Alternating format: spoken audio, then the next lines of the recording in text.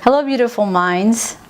I have to admit that although all the methodologies are of equal value, I feel that I have the best one to present on.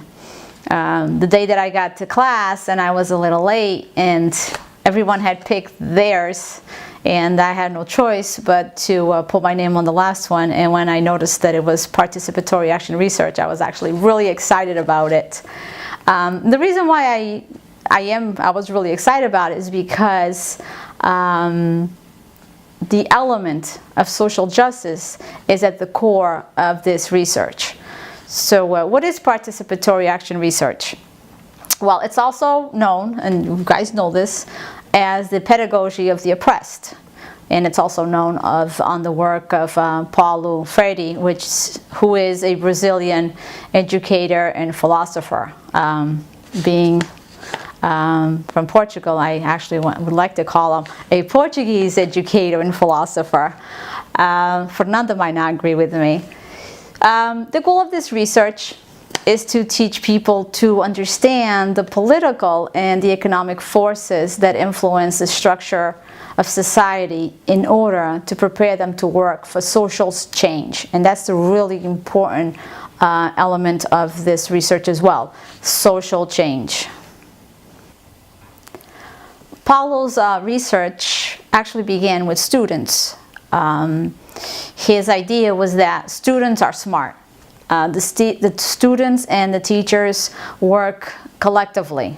In other words, the teacher is no longer the single power in the room. The students' views are just as important. And then Paulo, what he did is he went to many schools in many Brazilian communities to do his research. He actually gave this a name. He called it problem-posing education. 1962, he had the first opportunity for significant application of his theories. So what he did is he had 300 sugarcane workers who were taught to read and write in just 45 days. The response to his experiment was not very good. The Brazilian government, although they approved the creation of thousands of cultural circles around the country, he was jailed as a traitor. Unfortunately, he was booted out of Brazil, left the country, and he did not return until 1980. Participatory action research stresses participation and action. In other words, it seeks to understand the world by trying to change it, collaboratively and following reflection. It stresses collective inquiry and experimentation grounded in experience and social history. Let me explain. The aesthetics of this research is the participants' experiences. It's the participants who lead you to what they want to change. It could be something on a personal level, a community, a cultural level. It could even be both.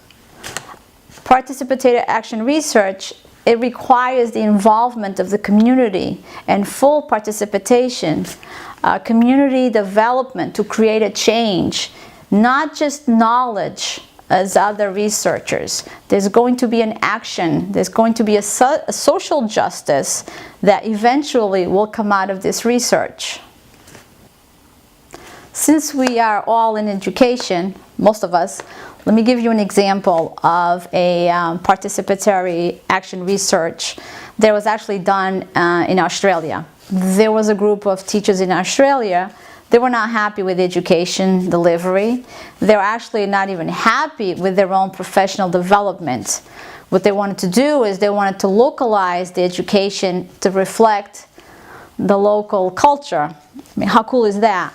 So what they did is they came up with a problem and solutions to improve the education delivery in their community.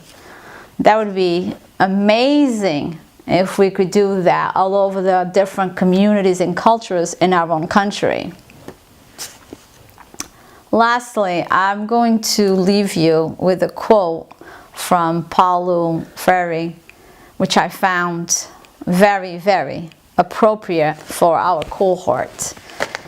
I heard him say in an interview on YouTube, "It is through the exercise of tolerance that I discover the rich possibilities of doing things and learning different things with different people." Remember that.